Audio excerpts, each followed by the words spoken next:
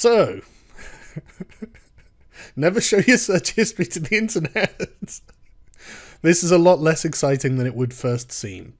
For a start, xHamster's pretty normie, which the third position account on Twitter was going, oh my god, he is a normie. So yeah, I am. And the worst part is I'm really bourgeois. The live Jasmine thing is an automatic pop-up that comes up when you go to xHamster. It really fucking annoys me because it's loud. And I'm not paying money for pornography. Free all over the internet. What kind of person pays for pornography?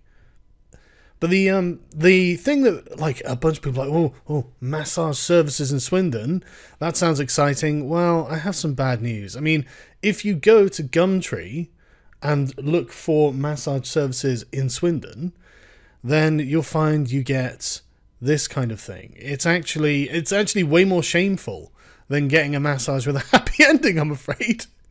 It's all really bourgeois, like, relaxation stuff. It's the sort of thing the middle class do when they've got more money than sense.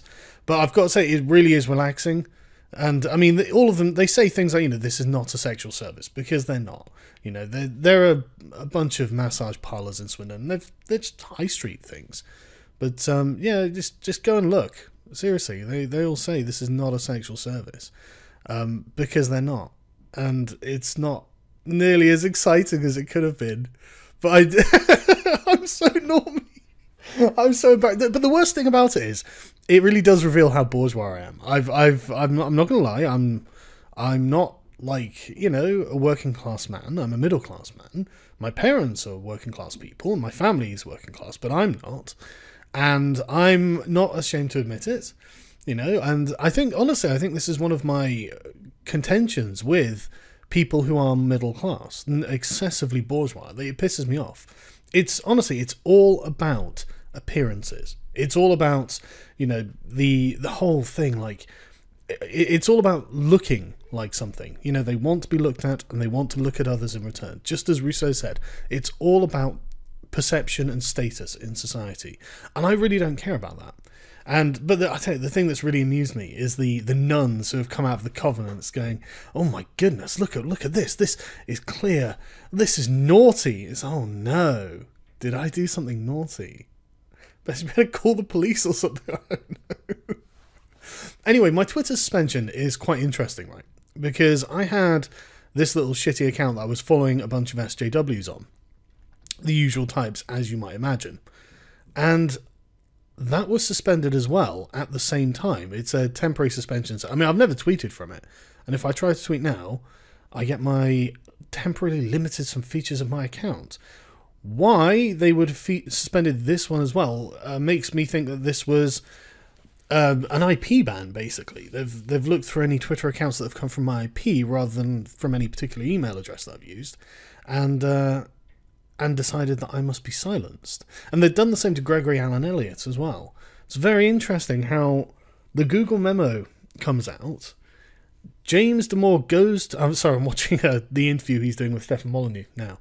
He goes to the alternative media first. He goes to Jordan Peterson, he goes to Stefan Molyneux, and he refuses mainstream media coverage. That's very interesting. And I think they're pissed. I was just looking at an article from The Guardian about this. I think they're really pissed off about this. And I am honestly at the point where I think they are not necessarily coordinating. They don't need to coordinate. But they're it's like with Alexander and Gamergate. It's interesting you come up again, isn't it, Lay? But she...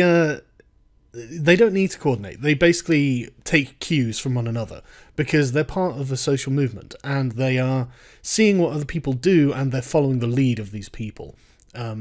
If, for example, James starts going and running around to the alternative media, well, they're going to want to do something about that. I think they're using my arguments with the alt-right and some sarcastic comments I may have made as a pretext for suspending me. But why suspend my second account? And why suspend an account I never tweet on? Why? Why bother? I mean, I'm not going to start tweeting on this one, But anyway, it's very interesting how this has all gone. And I'm very curious as to where it's going to go.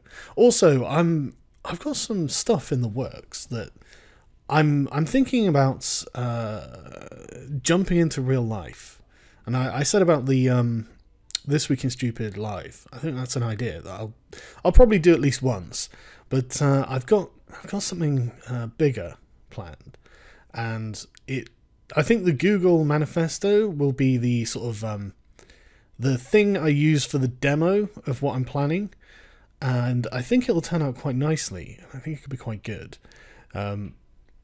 But stay tuned. It'll be interesting, I promise.